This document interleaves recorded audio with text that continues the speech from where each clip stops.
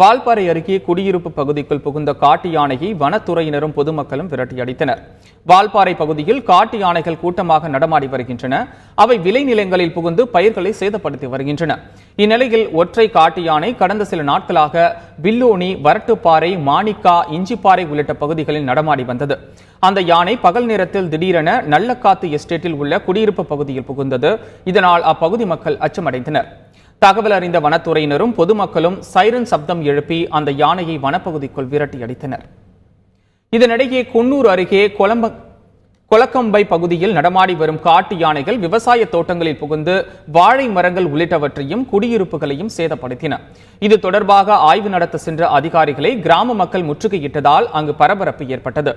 யானைகளை விரட்ட உரிய நடவடிக்கை எடுக்கப்படும் என அதிகாரிகள் உறுதி அளித்ததை தொடர்ந்து அவர்கள் கலைந்து சென்றனர். நைட்டு வந்துங்க ஒரு ஆனக்கலாட்டில் வந்துங்க வீடு வாசலை உடச்சி ஒன்றுமே பண்ண முடியாது போயிடுச்சுங்க. குழந்தை குட்டியெல்லாம் வீட்டில் வச்சுக்கிட்டுங்க அழுதுகிட்டு உட்காந்துட்டுங்க. எல்லாத்துக்கிட்டையும் சொன்னால் ஒன்றும் நடவடிக்கை யாருமே எடுக்கிறது இல்லைங்க.